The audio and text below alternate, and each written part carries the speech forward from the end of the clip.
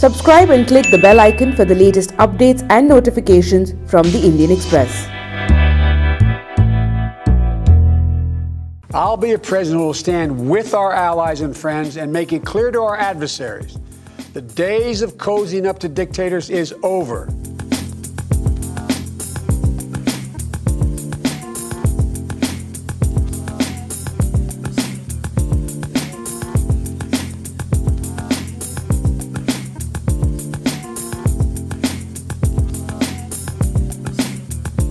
And now history has delivered us to one of the most difficult moments America's ever faced.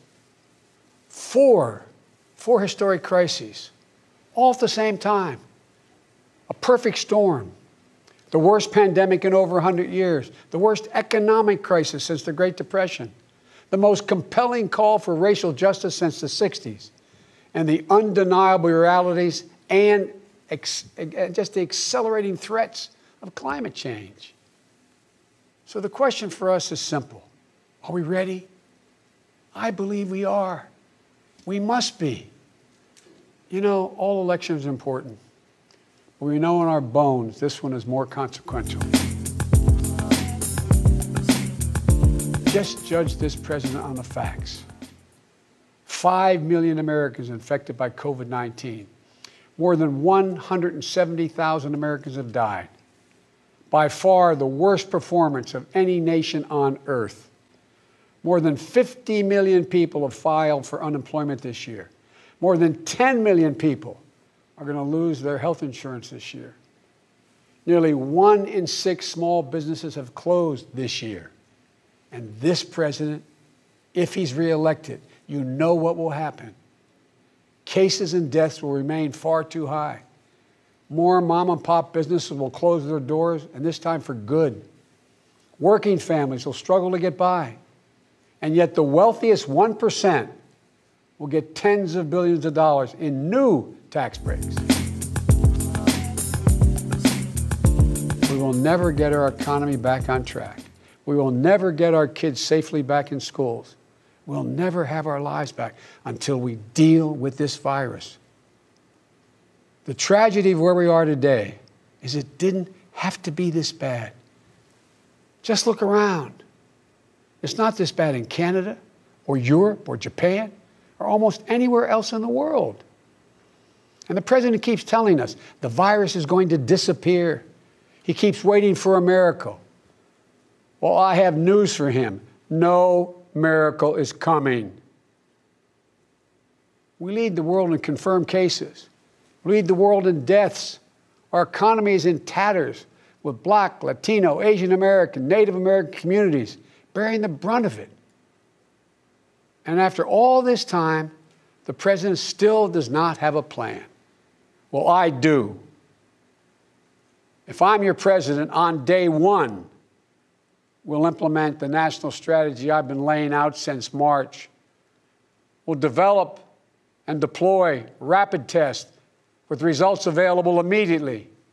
We'll make the medical supplies and protective equipment that our country needs.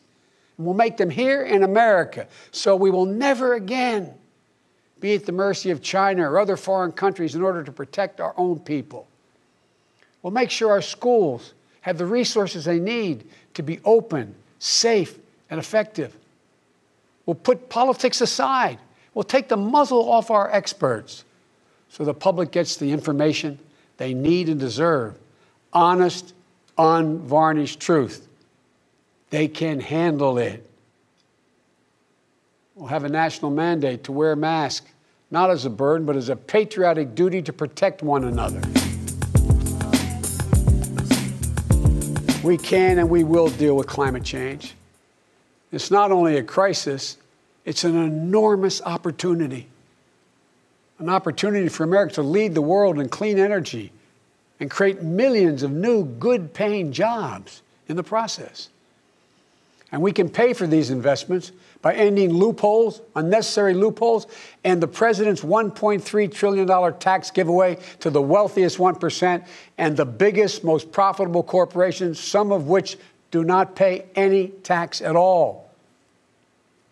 Because we don't need a tax code that rewards wealth more than it rewards work.